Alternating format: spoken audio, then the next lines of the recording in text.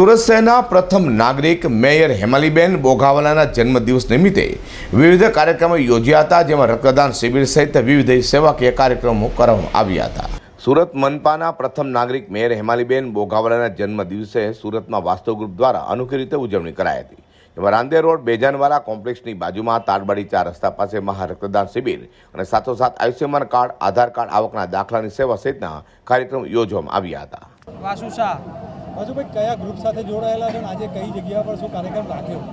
Smart city સુરતના માનનીય mayor Shrimati Hemaliben બોઘાવાલાના જન્મદિવસ નિમિત્તે વાસ્તવ ગ્રુપ દ્વારા રક્તદાન શિબિર, આયુષ્યમાન કાર્ડ કેમ્પ, આવકવેરાના દાખલા માટેનું શિબિર તથા આધાર કાર્ડમાં સુધારા વધારા માટેનો કાર્યક્રમ યોજવામાં આવ્યો છે, જેથી સમગ્ર સુરત સિટીના લોકો આ યોજનાઓનો લાભ લઈ શકે અને લોકો સુધી આ યોજનાઓ પહોંચી શકે તે માટે આ કાર્યક્રમનું આયોજન કરવામાં આવ્યું છે।